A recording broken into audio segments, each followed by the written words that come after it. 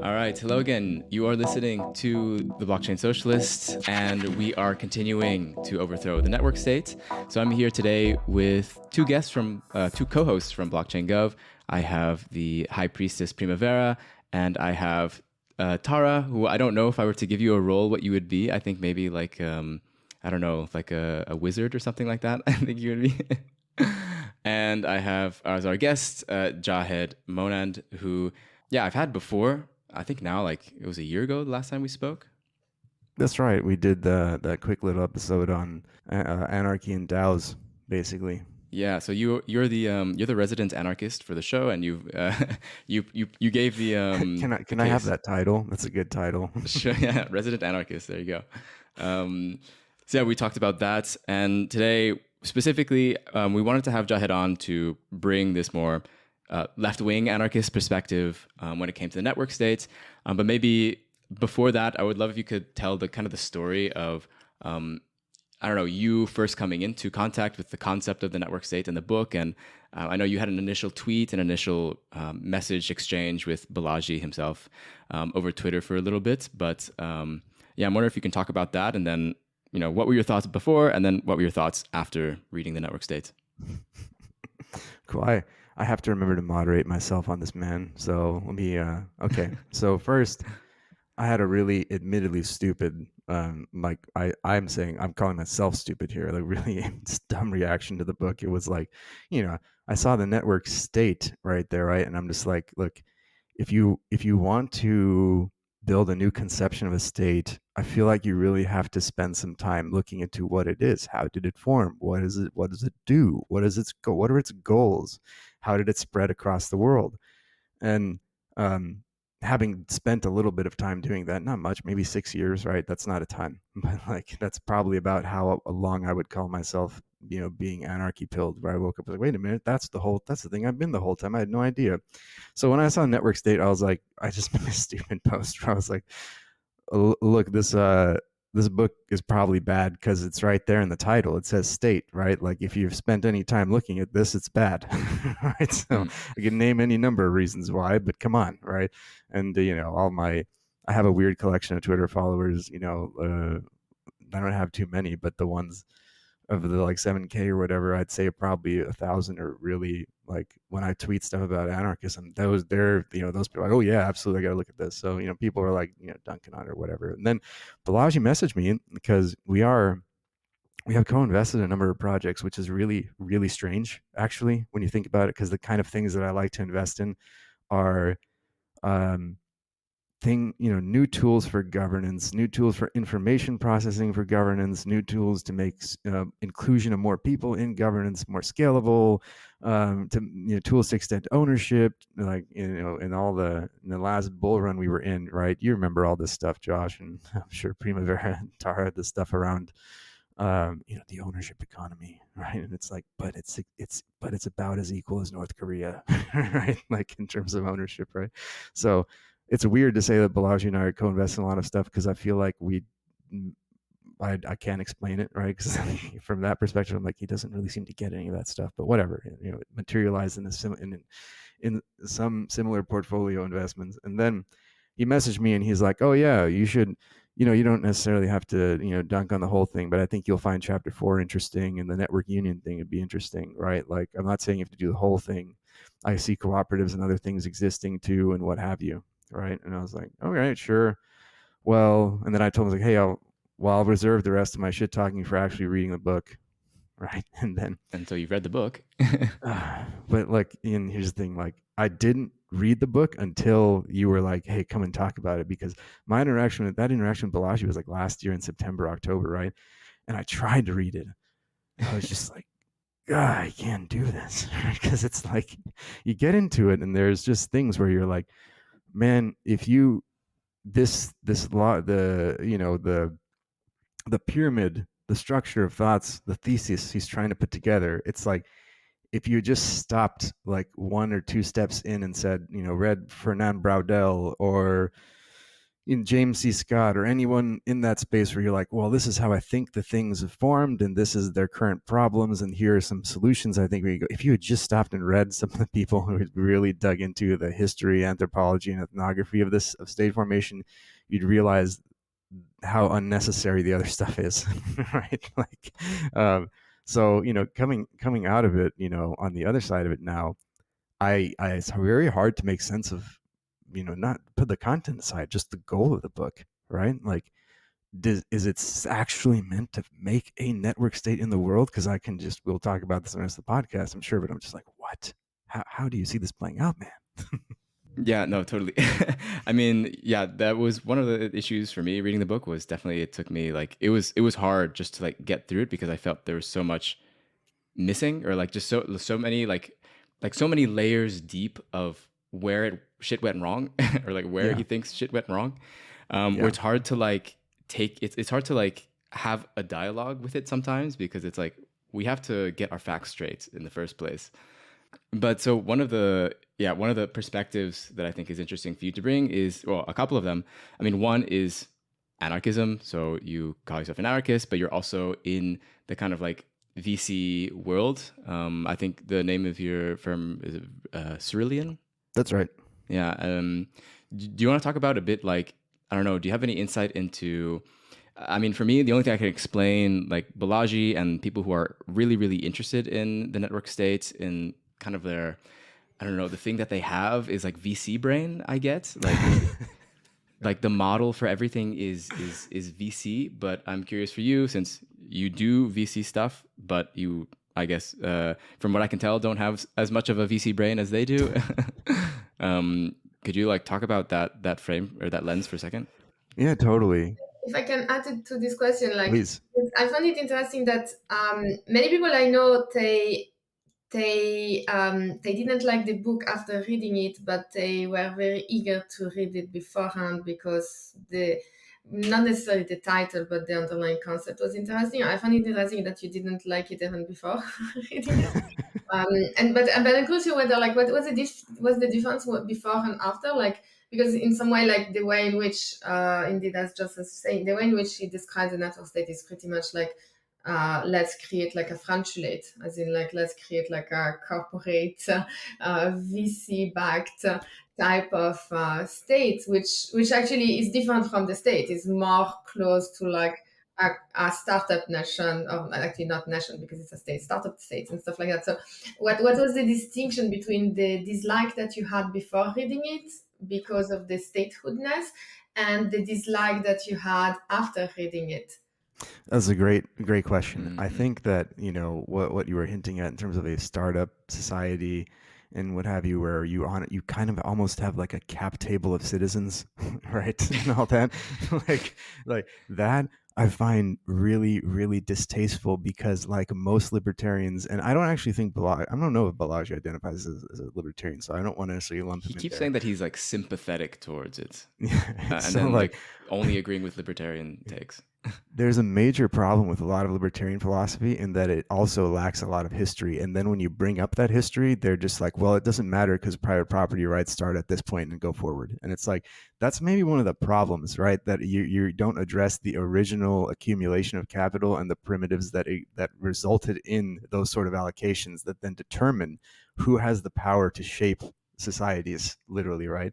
And so like, going back to your question, Primavera, I think that's one of the main problems I have with the sort of corporatist structure of the citizen cap table, where it's like, all that means is it accepts that the people who have exits, the people who have wealth, the people who have generational wealth from either theft, slavery, like, capital flight, whatever, are correct, or that they have some special asymmetric access to information that enables them to shape the future, which is just not true if you talk to some of these people. And it's like I'm not actually taking away from anyone who has, who is actually, what there are it's a very wide class of people. I can't write them all off, but like there are some, like when you talk about family wealth, there are some serious issues, right? Like if you just talk about continental Europe, almost all of it is tied to this particular event that ended in 1946, right? And so, like, and So when you look at that and you're like, well, they made some decisions and they now have the wealth, and if they want to participate in my network state, well, then they get this many shares. I'm like,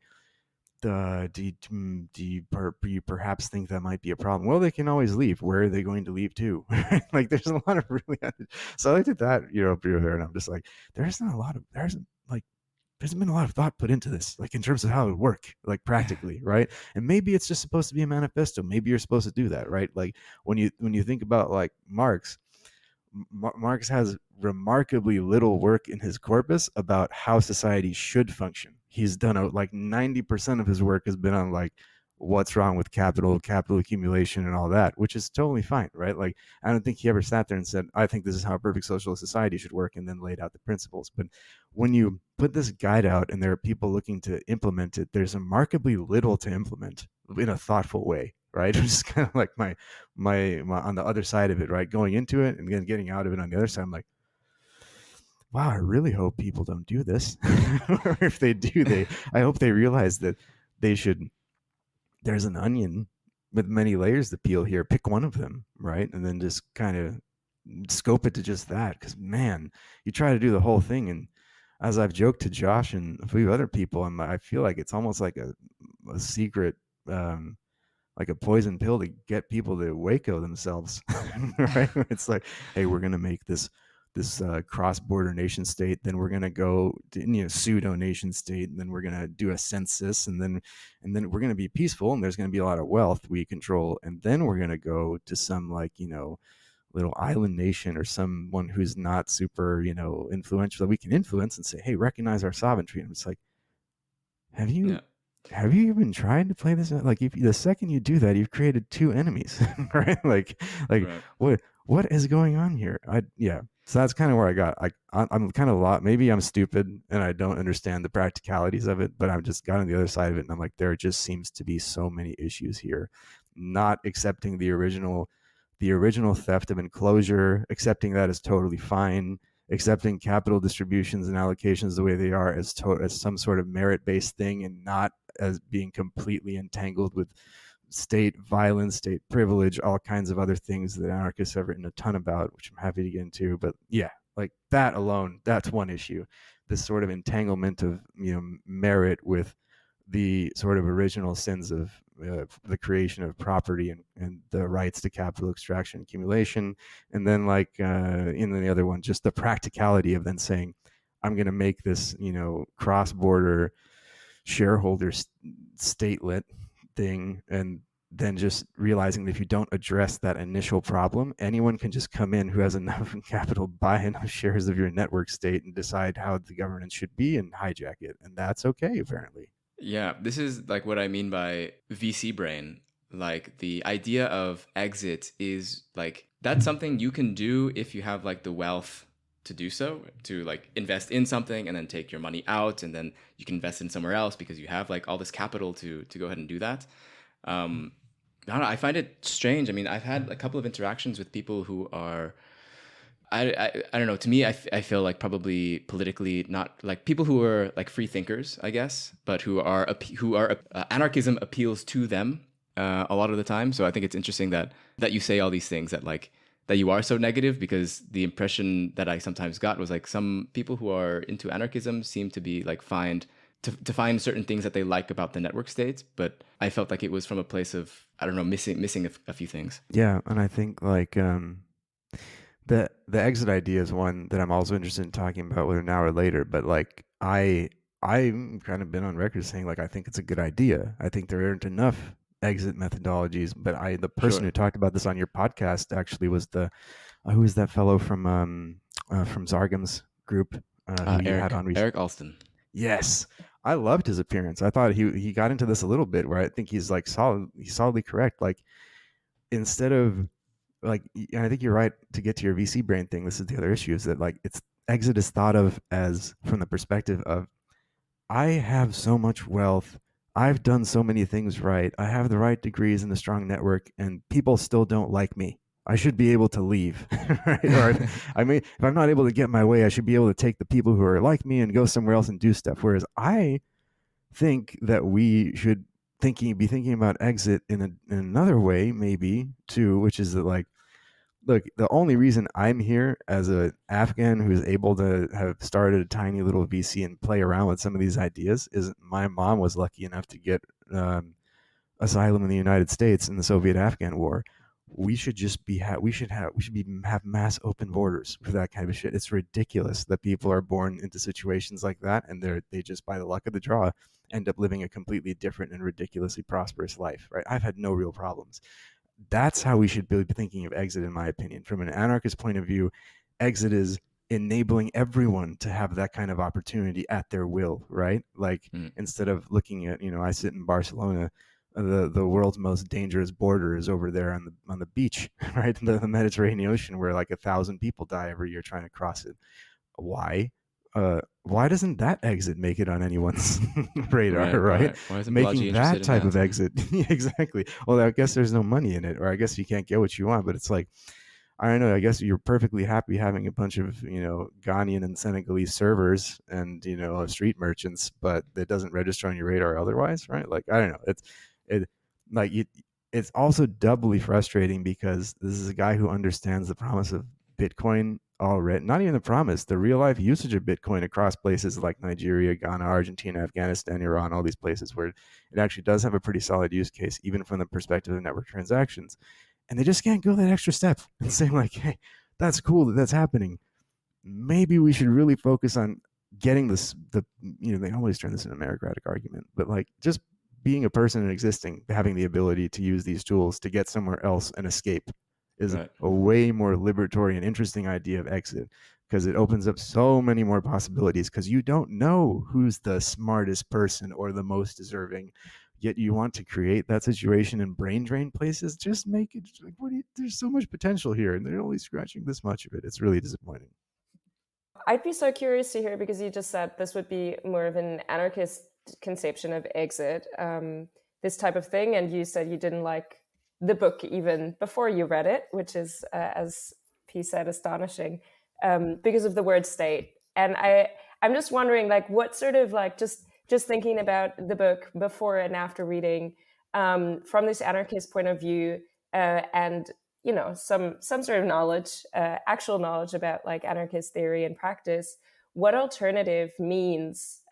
So you say freedom of movement for people, but what other alternative means does this way of thinking teach us to address some of the shortcomings that I think Balaji is using? Like, I don't know, we're not really satisfied with how institutions are working today. We're not completely happy with living in the states that we do, whatnot. But what alternatives do you want to, or can you talk to, that come more from the anarchist sort of side? Definitely. I think one of the things for me, which I'm actually super interested to get, now that Primavera's in the pod, I'm also interested in getting her take on this, and the rest of you as well, is that one of the key things, one of the reasons why I formed a fund to invest in blockchain institutions for climate impact is I think there is a discrete lack of institutional diversity in the world, right? Like you look at things like the LLC and the couple hundred years or more it's been around, and you look at things like the private public property divide, and very few things in between. And then I look at stuff like they're not anarchists, but they do really great work. Jen and Ilya Murtazashvili at the University of Pittsburgh recently released a book called Toward a Political Economy of the Commons, where they look at a number of case studies, around 6 or 7 of them, around governing forests, governing mines and minerals, governing watersheds, and these are all like case studies, ethnographies, that kind of stuff, across Jen's work in Afghanistan and other places. And where they land is really interesting from an anarchist point of view, because they say that, hey, this book is not about anarchism, right? But like they actually say from an anarchist point of view, it's interesting because they do find a solid evidence basis for private property rights in the management of common pool resources, where there is a sort of a public institution of acknowledgement around private property rights. A public institution does not mean that there's like a Department of Private Property Rights at the land registry necessarily. It just means that people go respect each other's property rights, right? And so when you have that, and you have a government that isn't predatory, which is really funny to me because I read those words in their book and I was like, yeah, show me one that isn't. But, but anyway, that aside, I looked at that and I was like, well, what are the other opportunities here? They point to so many, right? Like commons-based management for governing forests has worked way better in many and continues to in many parts of the world. The public sector, sorry, is catching up, right? Like the forestry management bureaus of various states. And so you look at that and you're like, well, what do you mean by governing forests? I mean, conserving them, using their resources wisely, not using them only to meet the needs of a foreign market, which is not always bad, by the way. I don't always believe that's bad.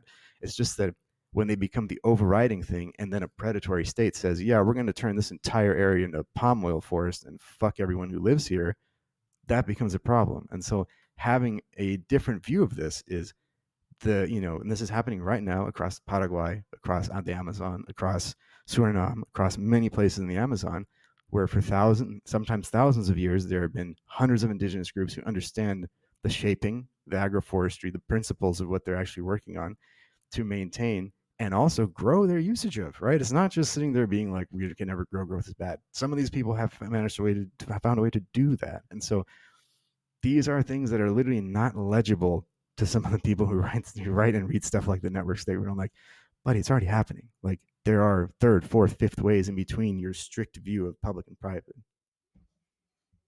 Yeah, so I love what you're saying because this is actually very related to the work we're doing with regard to providing the alternative to the network state, which is more like the common nation, coordination, etc., which is indeed exactly that. We're like, if we don't like the state, is the only alternative the market, or can we think of alternative which are more common based, etc. So yeah, completely on board with that. I wanted to just, before we delve into this, which I think we should, get still a little bit on the question of like the things. So there are some things that we can deal with as a commons, which is we can organize and decide to steward a particular land and forest and whatnot. And this is something that does not require at all any type of autonomy from the state. It's something that we can deal with without having to declare independence or without having to be a Iranian state. What I wanted to discuss with you is maybe like two questions which are more challenging, and those are two interesting questions because those might be two questions that somehow might justify more the creation of a network state or just an alternative state-like institution. And one of them is the question of immigration, which you discussed earlier. And this was also coming from some of the feedback that we got from Vitalik after perhaps our first episode, which is the question of like immigration laws are something that are obviously inherently decided by the state, and you cannot really manage those as a commons, and that might be something that kind of justify the idea that, well, if I want to help people come into my territory, I cannot do that. Even if I own the land, they still need a visa from the state in which my territory lies. And the idea that through network state or maybe through other type of contraption, we could delegate the capacity to issue some kind of visa, not just to the state, but to either alternative entities. Or therefore, if that's not the case, then we might need to create our network states so that we can help people come into a particular territory that is currently under the jurisdiction of the state, right? And this was an argument specifically raised by Vitaly, but that I also heard by some other people. And I was curious, like from an anarchist perspective and whatnot, like how do you feel with that? Is that something that resonates with you and that somehow might be a legit argument of accepting this discussion about network state, or is this something that nonetheless is not justifiable to you? But before you answer, I just wanted to note that everybody in this call, I think, comes from a family of immigrants. I think that's interesting. Yeah, and I think like, man, I really respect Vitalik as a thinker and writer. So I'm not about to say anything stupid about him. I'm just saying like, I think that is a very this kind of points to something I've talked to Josh about quite a bit, which is that like with many of these thinkers, I absolutely agree with their diagnosis of the problems, right? Like, yes, that is a problem, right? I just don't conceivably see it's just like this is a super American like meme I'm about to drop, but maybe Josh will get it. But it's kind of like the underpants gnomes from South Park, like where it's like, hey, step one, we steal the underpants. Step two, question mark. Step three, profit. And it's like, well, what's the question mark step, right? Like, how how are you gonna how is a network state going to be able to actually uh, address the refugee problem and the human migration problem that is a pure consequence of the violence of borders, right? Like, I just don't see it. Like, okay, all right, let's just like we can get pretty practical about it or not, whatever. But my point being that, like, I agree with the concern. I completely share it, right? I just don't see how a digital statelet can command that kind of that level of sovereignty over its own territory within another sovereign place, and then say, yeah, we're going to enable this, right? Like, other thing is just show it to me, man. Like, look, none of these people, from what I can see, maybe we'll look at their transaction. None of them have they donated a cent to any of in crypto to any of the things happening in Rojava, in Syria and Afghanistan to get people out of those places. You would think that that's the praxis based on their theory, right? Like, hey, I can do that now. I can get crypto to somebody who can spend $1,000 and get a human life out of a place of misery to a place they want to go. That's kind of in line with their theory. Are they doing that, right? It's kind of the first question I'd ask. And then, because you want to give it a little bit of a try and say, like, how well does this work? What am I actually working on? What's involved, right? Because, like, from my perspective, I think smugglers are awesome. I mean, sorry, I should take that back. Someone's going to cut that out and own me with it. But like, there's really good scholarship on this, right? Like, Nandita Sharma wrote a great book on this and talking about, like, if you want to take a market-based perspective on smugglers, you would actually end up with their almost most of their activity, like 90% of it. ProPublica did a study on this as well, is like completely above ground and good, right? Like that 5 to 10% is where the people go, it's like rapists, traffickers, all that kind of stuff. But the vast majority of it is people saying, I want to go to this place, and then a person who actually cares about them going, I'm going to help you get to that place, right? And so, like, that's, again, already happening in front of you if you want, and you're running through all these steps for, like, I'm going to get diplomatic recognition and do this. I'm like, dude, we could just actually figure out a way to make mutual aid smuggler networks work today and make them more efficient. Why don't we do that? Right? Like, and we're addressing the same core issue. I just wanted to go, just because we've now spoken about migration, exit, smugglers, and mentioned the word anarchy a few times. And I guess some of this podcast is also about like debunking or like critically reflecting, at least, on what this book is about. And maybe just to go back a little bit, because Balaji does mention especially American anarchy as kind of like a dystopian future scenario a bunch of times throughout his writing. And just to make really clear, maybe what is your core conception of anarchist practice and thought, and how does that very much differ from what we have in the book? Because maybe that also informs some of the later conversation. Well, it's kind of shocking how he jumps right into that American anarchy section and links out to he links out to like some tweet about it, and not even what it is. Like, at least in the European conception of it, it's almost 200 years old, and there's like too many books written on it. It's crazy the amount of sources are just like his tweet threads, like other people's tweet threads. But yeah, man, I'm like, you want to talk about anarchy? Can you just get the definition right? Right? Like, I don't need to define this, do I? Like, it's just people who if you just look at the word anarch, right? Like, it goes back to basically saying, hey, it's right there in the word, right? Hierarchies of domination. Anarchists are against hierarchies of domination of all types, right? And so it doesn't necessarily mean that we're against all hierarchies. Although, having said that, I'm sure there's going to be an anarchist who captures that section, says, look at this guy, he's into some hierarchies, right? Because there, of course, within every milieu, there's all kinds of, arguments, discussions, whatever. We're against all of them, we're against none of it, whatever. But at its core, it's basically just that. So then when I look at something like American Anarchy and the CCCP, or I don't know, did I use too many letters? CCP, right? But it all it means in his usage of it is just a chaos, right?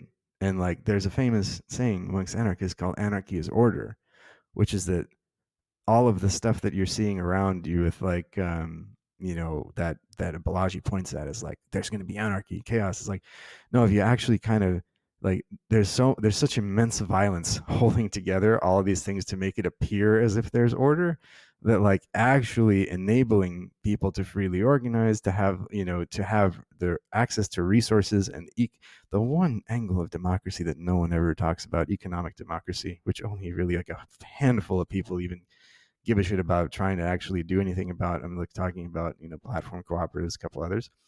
Like you look at that and you're like, that his conception of it is just chaos, right? And it's like, but if you actually enabled institutional diversity and complexity, there would be pockets of order across all of those things that form spontaneously. We've seen this many times. Some call it stigmergy, some call it whatever you want to call it, but there's so many examples of this. The only problem is, and then you run into the question of like, well, show me an anarchist society that's made an MRI machine. And I'm like, come on, that's like, I can get into that as well. We have an answer for that. But my point being, I feel like it's a fundamental misunderstanding of the term with no bibliography whatsoever on it, where it's just like, dude, that's just not what anarchy is. You mean America is turning into a, despotic predatory state.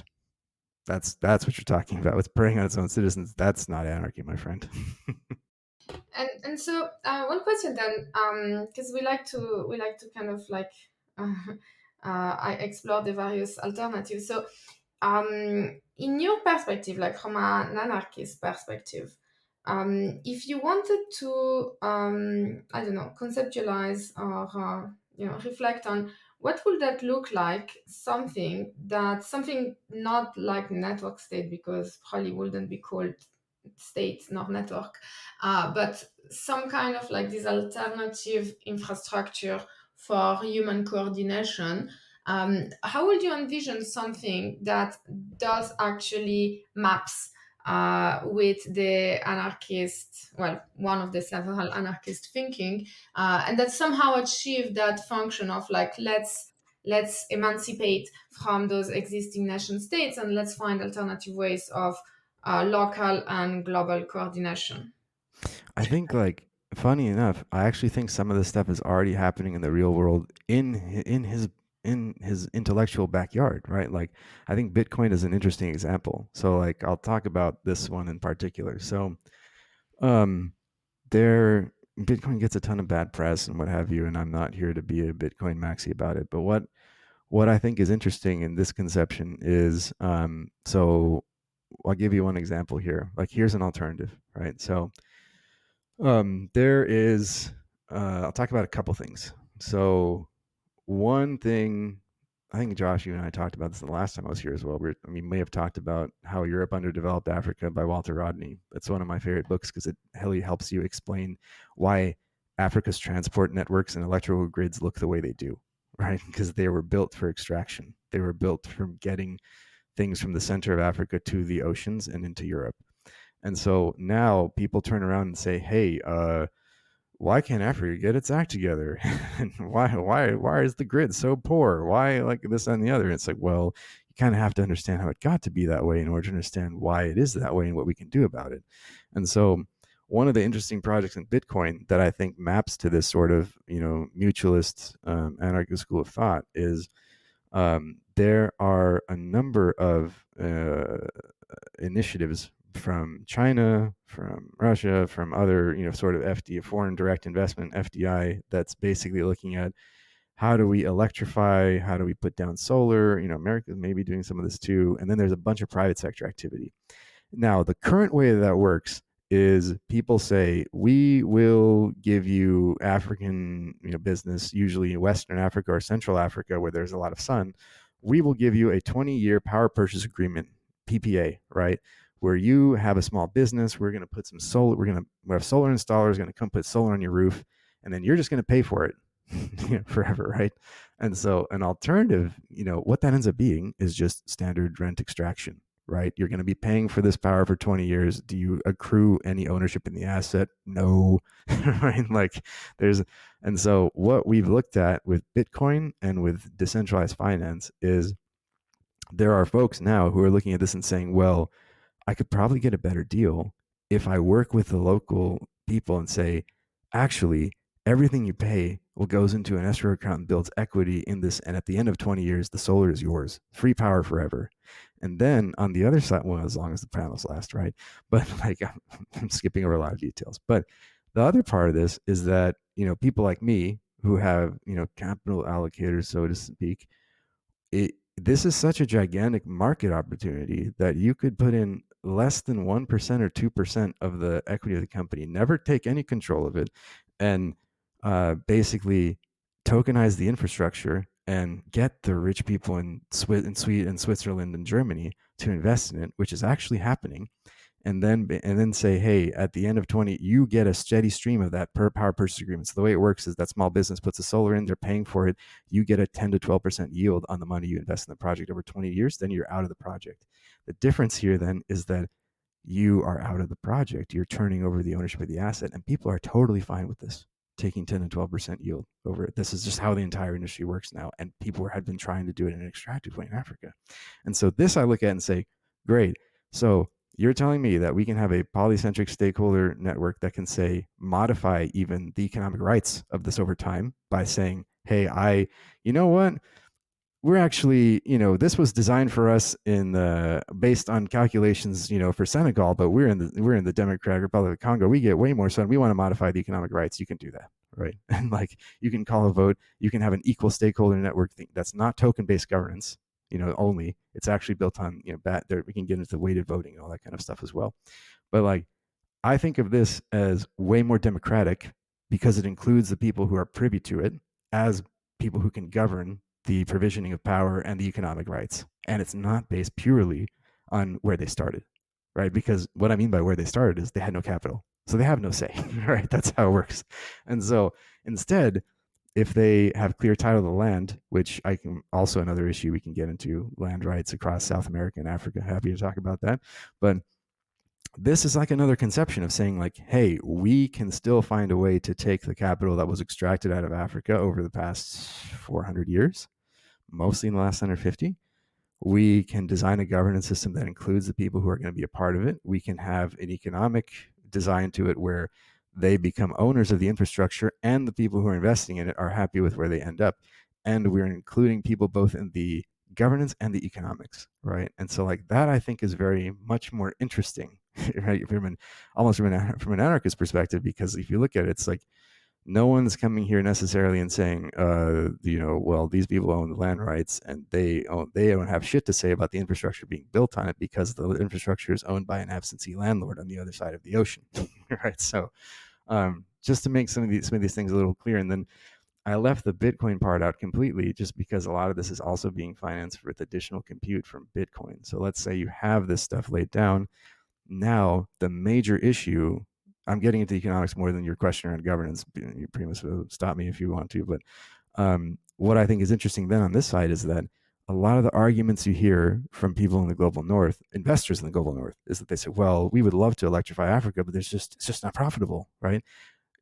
Completely ignoring the history of electrification in their countries, right? None of it was profitable. It was a public good, right? It was, and then over time, the governance was handed over to Westinghouse and whatever, right? But it was purely a loss leader, right? But we just would love to electrify. We can't. So what's happening in a lot of these places now, and what we're interested in, is catalyzing these movements and then saying really simply, there are a couple of people working on this where that group now can decide, and in some places being decided for them, in other places it's on the table, but you can basically say, with the excess power generated, we can direct it towards compute, which is either going to be data storage, Bitcoin mining or training of AI models with distributed energy, with distributed grid energy, right? So now you can go to an investor and say, well, that thing that you didn't want to invest in because it's not profitable, it actually becomes fantastically profitable because we found a $30 per megawatt hour last resort purchaser of energy, which is usually a Bitcoin miner who's set up on site.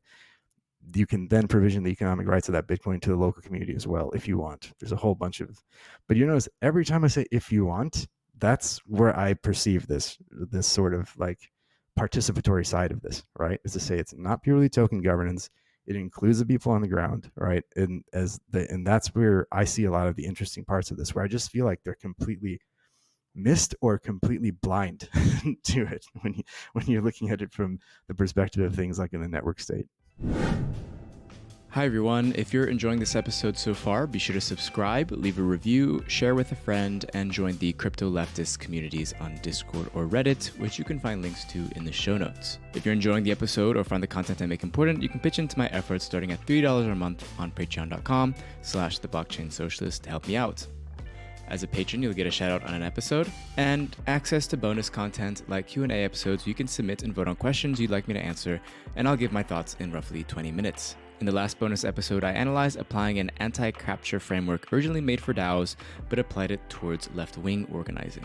Of course, I'll still be making free content like this interview to help spread the message that blockchain doesn't need to be used to further entrench capitalist exploitation if we put our efforts into it. So if that message resonates with you, I hope you'll consider helping out. Also, in case you didn't see it yet, I recently wrote a book review for Outland magazine on, no surprise, the network state, focused on Balaji's misunderstandings of the role of land and statecraft and his insistence to think of everything as a codebase, titled Fork Your Society, I Want Out. Additionally, I've written the piece under my real name, so I'm now officially doxxed. I can officially stop bleeping out whenever people say Josh, my name. It was time I came out of the Anon closet, since this is all in preparation for announcement for a book that I've been writing over the past year and a half titled Blockchain Radicals, but more on that in a later date. For now, let's get back to the interview. What I think is, what is interesting when I talk to you or hear you talk about VC stuff, for me, what you talk about are things that are, I guess, more participatory, more like this. You mentioned earlier, this ownership economy stuff, but I think from a slightly different perspective. But I think it's interesting. I wonder, do you do it because you feel that it's one of the only places where, or just because of the context and the situation that we've come to at this point of the world of we've had neoliberalism for so many years, markets have basically taken over a lot of what people, how people are able to influence the world is it's become so much dominated by markets because we don't have institutions that allow for democratic input. I'm curious, I don't know, for you, do you do venture capital in a sense, in order to hopefully create a world in which nobody has to do venture capital? Well, that's a really good question, because it's funny. I don't remember if I had this conversation with you, but I feel like, especially with the advent of large language models and other things that will come after it, there's both a case for and a case against having VCs even exist in our jobs, right? But the reason why I've done it is very simple. I think that most people who don't like the model but then are doing something else are becoming dead players. And what I mean by that is they're kind of taking themselves out of the game. And I think that the capital machine is just eating everything up. One, I wouldn't even say software is eating the world like Andreessen says. It's more like capital is eating the world, and software is just one of the ways, right? And so I feel like this gets into a lot of things. But for me, my fundamental disagreement with a lot of people on the left is that I do think markets have to be used somehow. And I think that because when someone says, oh, market's bad, my next question becomes, how do we stop them? Right? Do we legislate them out of existence and do the thing we already know happens with black markets, which even existed in the Soviet Union, where you had multiple Soviet bureaucratic administrators going, hey, get me the CPI index for that thing. How much does it cost? Right? When they were behind. And so, capital's already busy digesting the world. can we hijack it from the inside and point it to other things? I think that that's honestly one of the only things you can do. I'm not saying don't do the other things, right?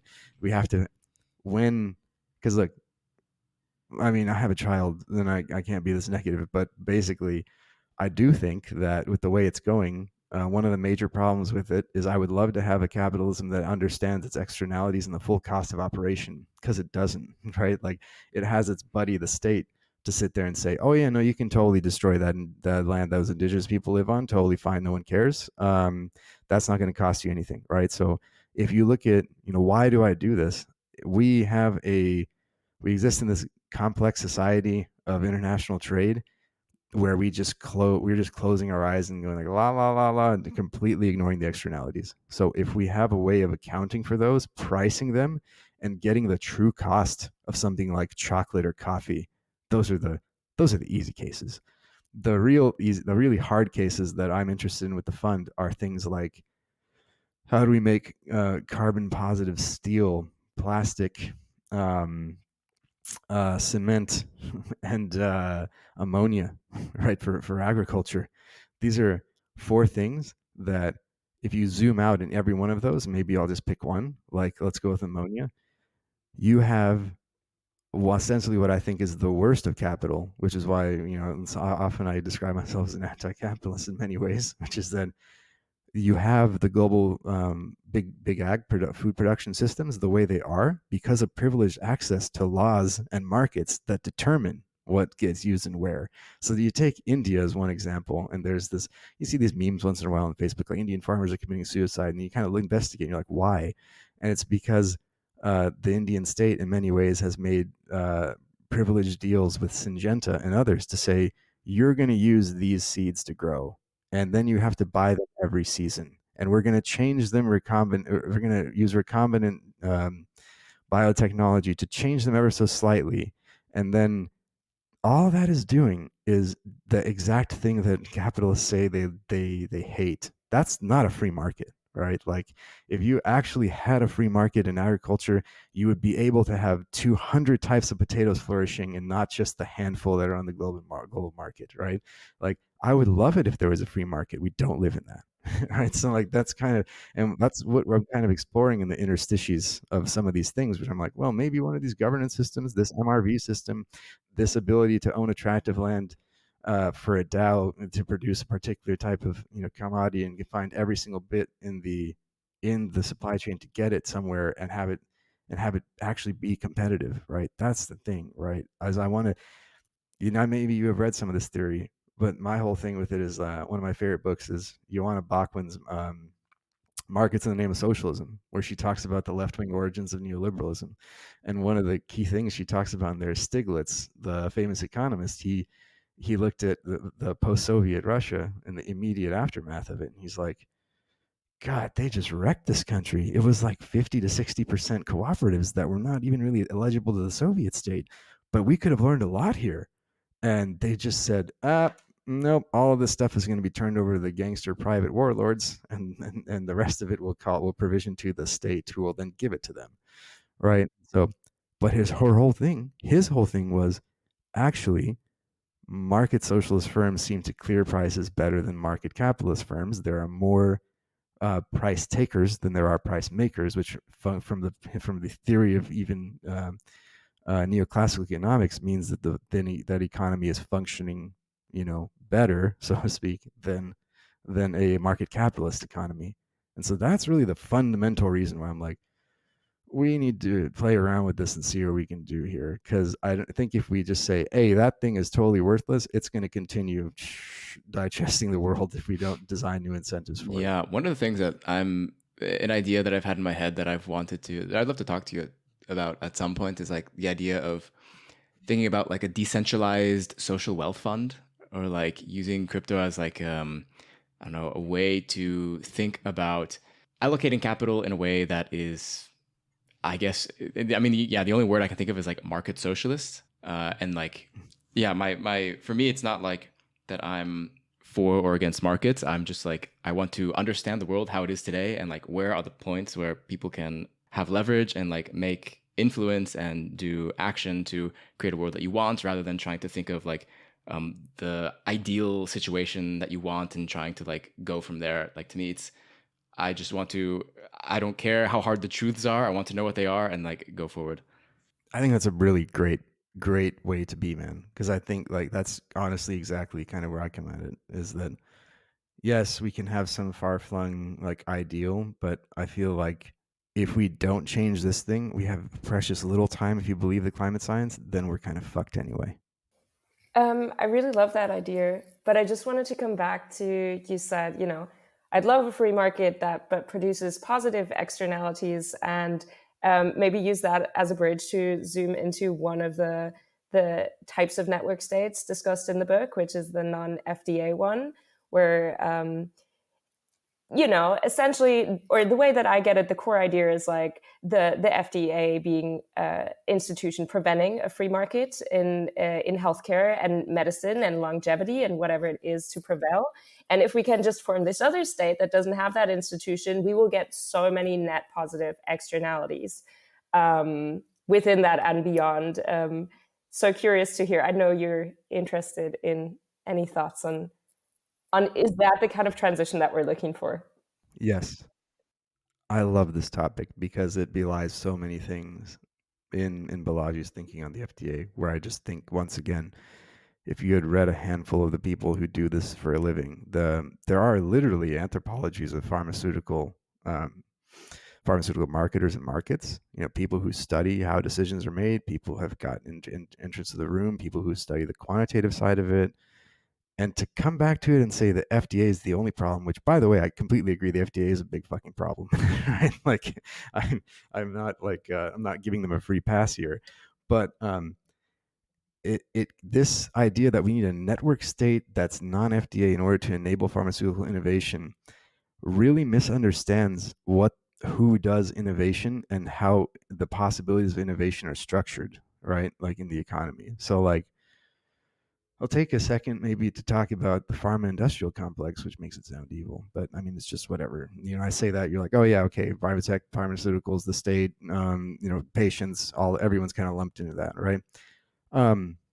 So I think in order to really get at it, you have to understand how and why drugs are made, right? So let's take, I'll give you some of this for the show notes too, because it's always interesting. But one of the things that a lot of the folks who look at something like Molecule or VitaDAO, right, which are both great. I'm disclosure, I'm an investor in Molecule, I'm a big fan of those guys and what they're doing. But why do we need something like Molecule? It's not necessarily because of the FDA, right? It's not only or the European medicines. I forget the name of the EMA.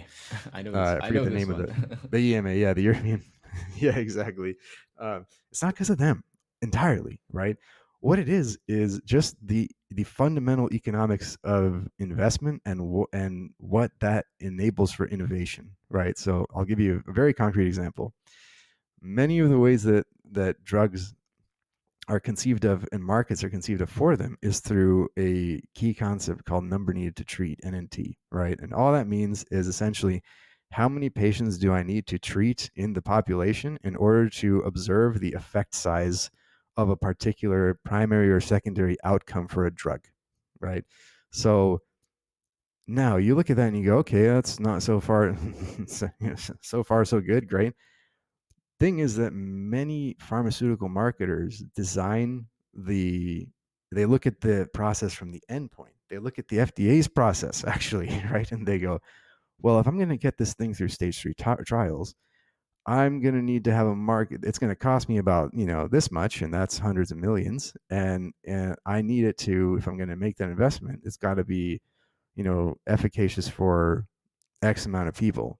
And that X is going to be in the millions usually. And that doesn't mean efficacious like it's going to cure them. It means that I can observe the effect in the drug. And so the thing is that roughly NNT is anti-correlated with the efficacy of a drug for the most part, right? Like, this is roughly true. The more people you target for a drug, the less efficacious it's going to become, the less personalized, all of that. So your incentives from the structure of the system in front of people, like, you don't even have to believe anyone in pharmaceuticals is evil. And I'm not even saying they are. All I'm saying is that NNT forces them to think in a particular way, right? And so if that's the case, then that means that you're really selecting for drugs that have a massive markets and tiny effect sizes, right? And so that ladders back to, we would really love subscription revenue and chronic diseases, right? And that, I think, more than anything else, explains why you don't have a lot of investment going into cures, because there's like, you can see the ratings agencies and the people who rate the guidance for the ratings for stocks quarterly, they put this in their reports. They literally say, hey, we should downgrade Gilead because that new Hep C thing they're working on is going to cure Hep C. And are cures good for the stock? Like, how is getting rid of the FDA going to change that? Right? Like, I don't get it. And so now, on the flip side of that, if you look at something like Molecule,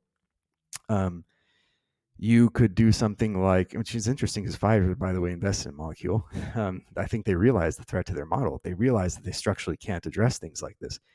If you want to go for a rare disease, an orphan disease, orphan drug, what have you, something that has maybe a population of 50 to 500,000 people in the world who are affected by it, and then you maybe have, by extension, a crowd of 5 million to 10 million people who care about or are affected by or want to do something about that, they do not have the apparatus today to say that's a thing the market should answer. And that's really what something like Molecule was designed to do, right? Where you could say, I want to form a DAO. It has a legal wrapper. These are its KYC investors. This is the thing they want to. They want to fund the production of 5 to 10 orphan drugs for this rare disease. That then, if any demonstrate efficacy, we can use a smart contract to decide how we commercialize it, or if we do, or maybe we sell it to a pharmaceutical company who now has it de-risked and they can do it for us, right?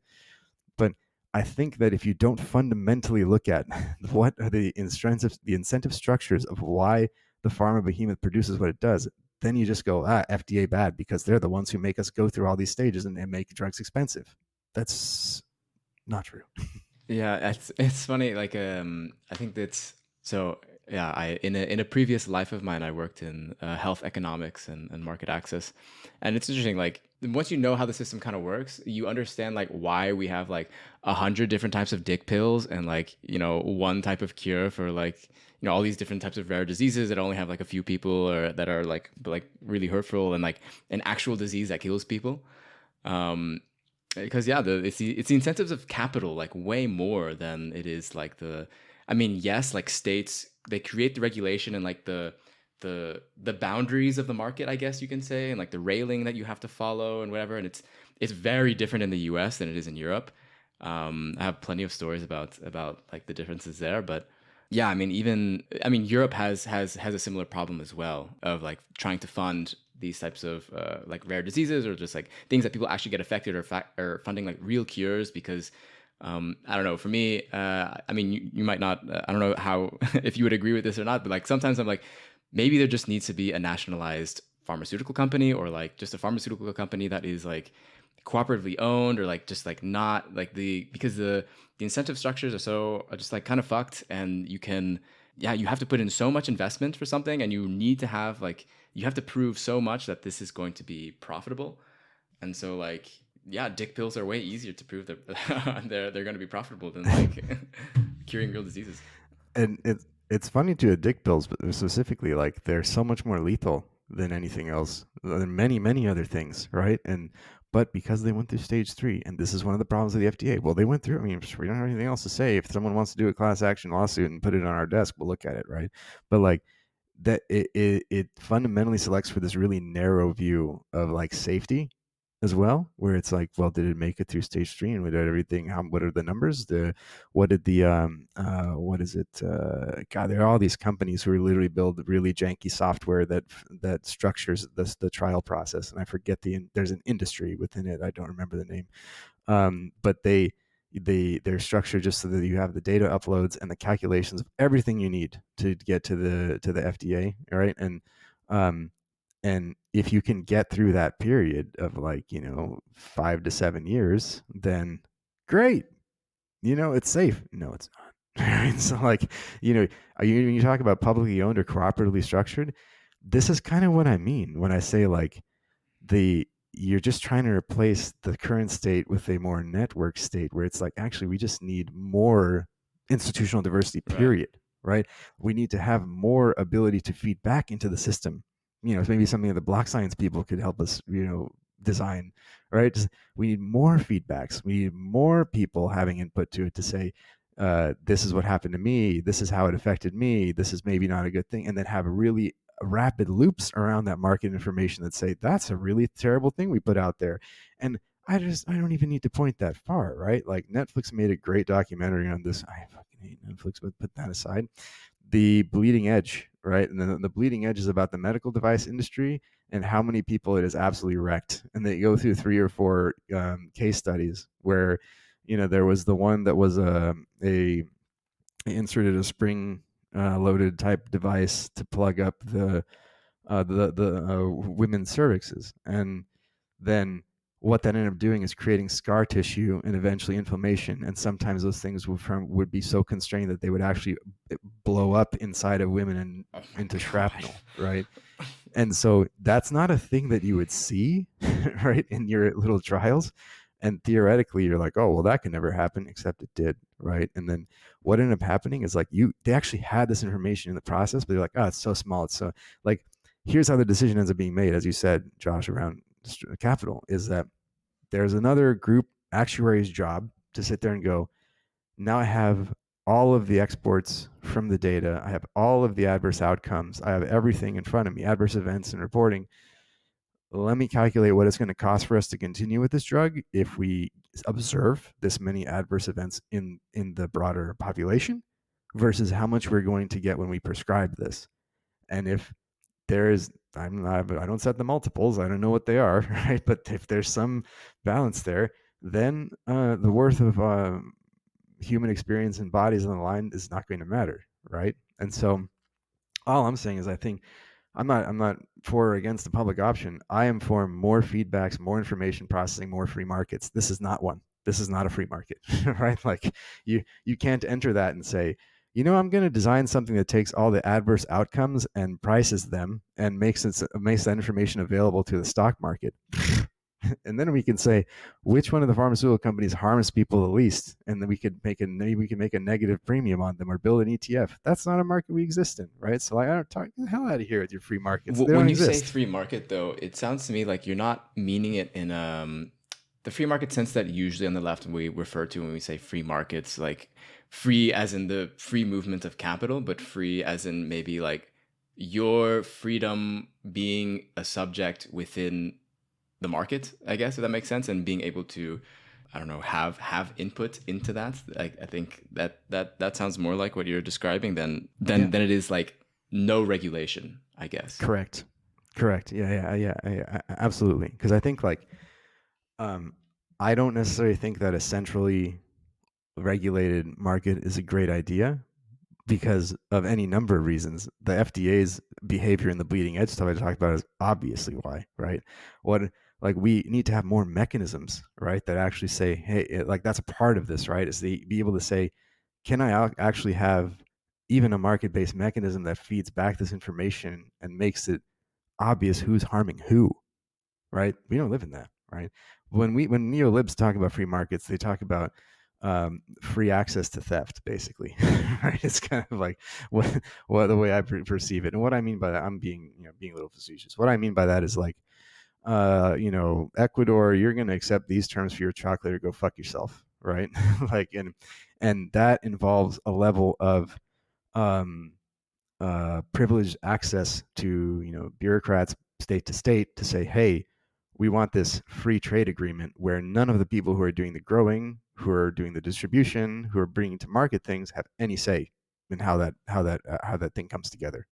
I think it's that, but it's also like in this example they bring up of like, I don't know, Ecuador, you have to accept these conditions. It's like you cannot regulate your economy and you have to have like your market has to be open for foreign capital to be able to come in. So it ignores kind of like the already existing imbalances of power and wealth. So then if you just say, and it's always predicated in being neutral, like your country needs to be neutral to other countries to be able to come in this globalized world, but it ignores, well, like, oh, your country also doesn't have like the ability or like any company or any like institution to be able to, I don't know, make money off of like some materials that you have in your natural resources, like, oh, but we do, like, so it becomes de facto like a form of colonialism, because you're not acknowledging previous capital accumulation. Exactly. And the thing is too, is like, you're saying, hey, this is how there's no way for you to just even not participate too, right? Because then you're like, well, everything around me has been enclosed as well. My access to to the market next door to me now is being regulated through this. They made an agreement with whatever. Now I can't even trade with them, right? So I have to go through this route to do it.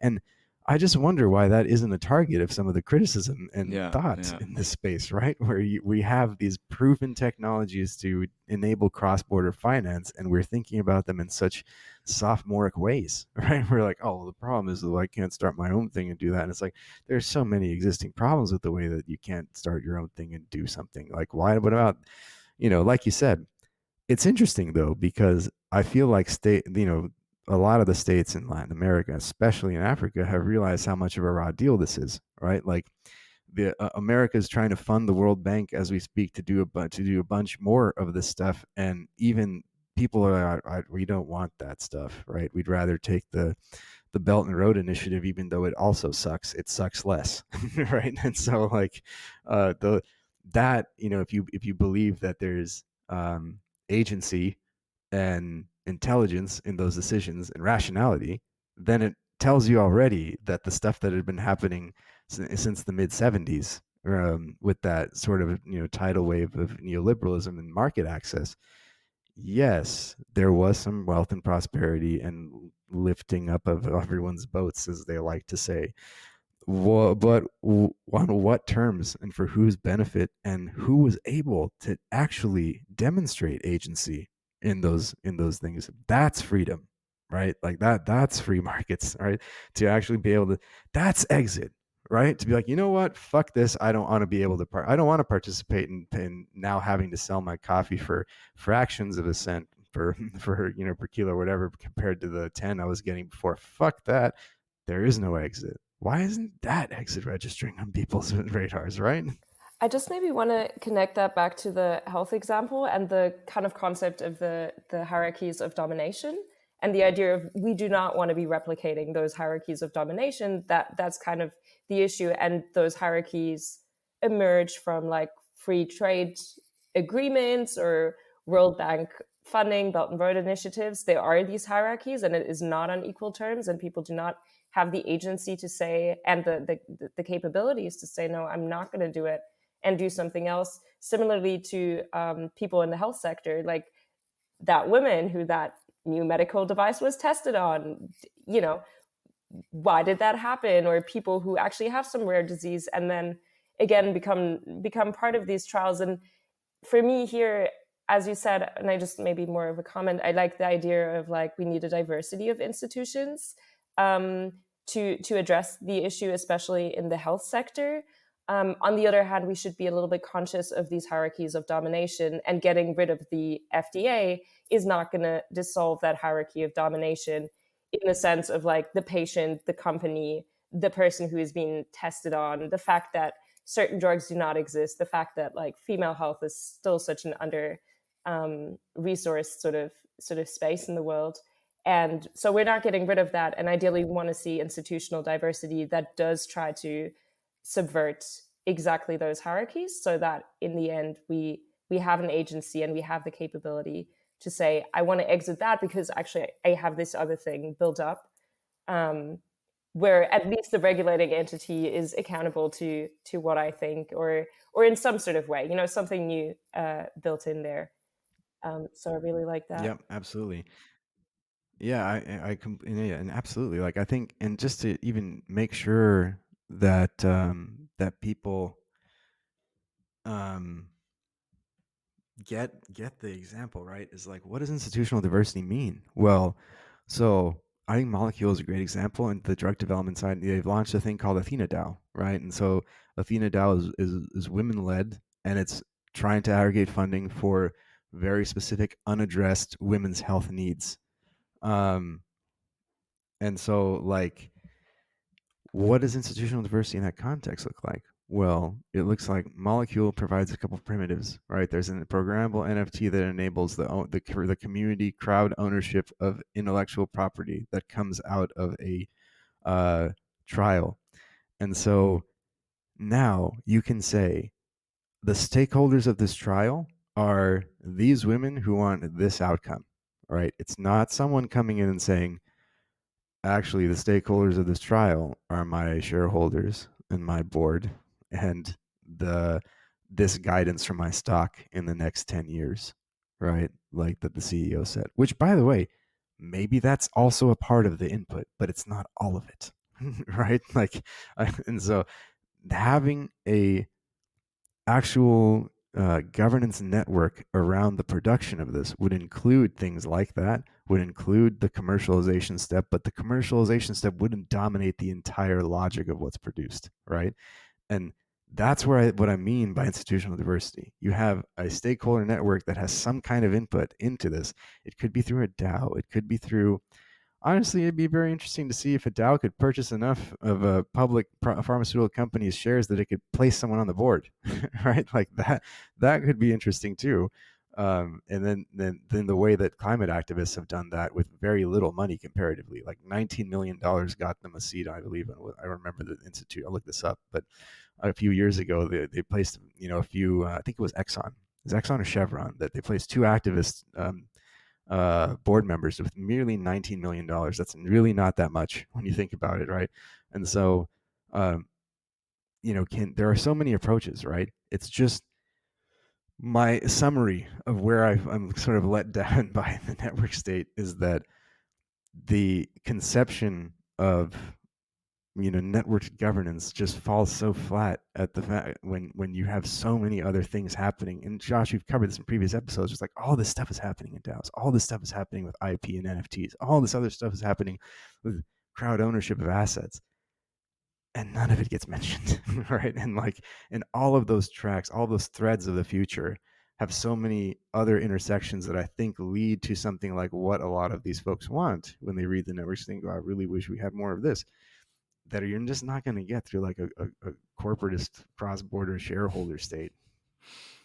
Yeah, I'm curious, maybe to start winding down, what your thoughts are, because I've had a couple of conversations with other people before about like the network state, but like if we were like whether or not it's worth to try and make an alternative to it, or try to like conceptualize to identify an alternative, or trying to just run with the network state word but do something completely different with it.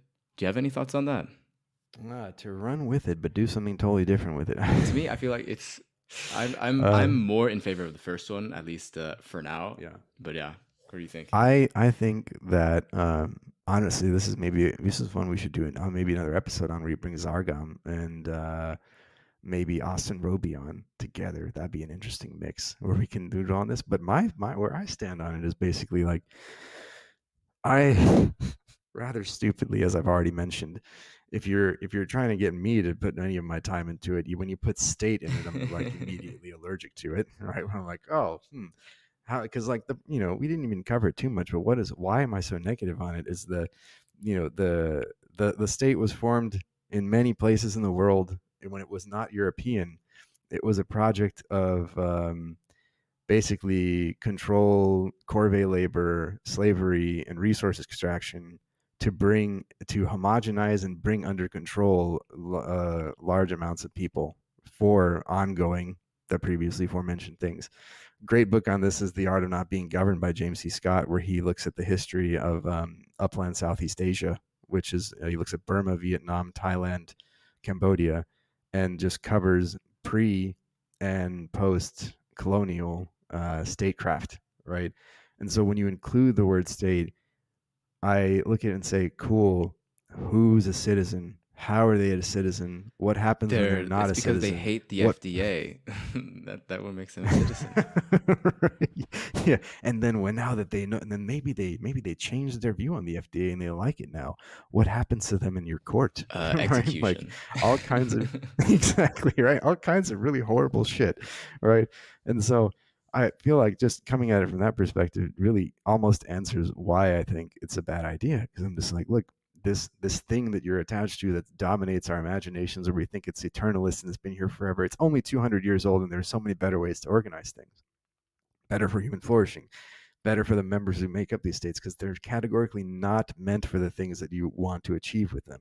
They're meant for control, extraction, taxation, a whole bunch of other things. They provide some services as a side effect, right? And so so maybe we can look at those services and say, how do we provide them for each other? How do we provide them in places where you don't have to do a revolution? I kind of think that's kind of, I wouldn't say dumb. There's some people out, whatever, but that's just, you don't have to wait for that. You don't have to be like, let's make a mass movement and do the revolution thing. You could just actually say, what do I need to do today to help other people put it in practice, or to put it in practice myself? So you're for the first option. Yeah, pretty much. Like, let's I don't really want to, reclaim it. I just want to be like, yeah, let's just start building more of what we want to see, right? And let's not do it in this thing that ladders up to anything that can be hijacked by a person who has enough money and doesn't like the FDA. Yeah, that's what like is for me, like, if you try to, like, Vitalik's approach of like non-Balajian network states to me is like, well, if you look up network states, the first thing that's going to come up is Balaji. Like, he's way ahead of the curve on, like, he has defined the concept. Like, he's defined it both very strictly and very vaguely. So like, it's like it's a weird mix of both. But it's going to come up first, and so he's going to have a lot of influence over how people conceptualize this, and he's going to like set the standard for what that is. And I think that limits how we think about, therefore, the things that we actually are interested in, which is like institutional diversity and, global governance through polycentric, all those buzzwords.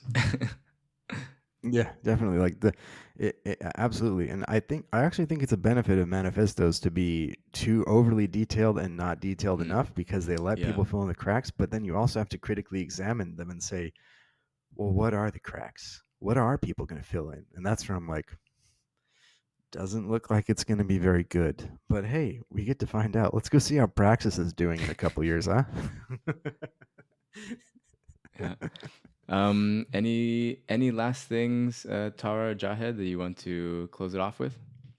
I think for me, only like, thank you so much for coming on. This has been super interesting. I've learned a lot, and I look forward to the numerous other podcast episodes that have been teasered and sparked off in here.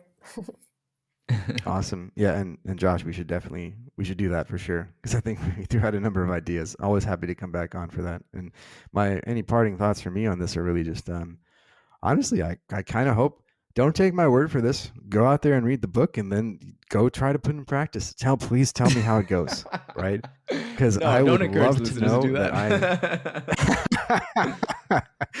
I kind of want to, because I'm like, look, I've got my own, both, somewhat dumb and some sophisticated, conceptions of it. But go out there and do it and see what happens, right? And then, like, maybe I'm totally wrong, but like, I don't think so. It's a dare for those who still aren't convinced and still pro network states. Please. Cool. Well, thanks a lot, Jahed. Yeah, I always appreciate you coming on, and I'm sure we'll have more conversations in the future. Yeah, thank you, Josh. Thanks and you are now the official resident anarchist. Oh, great.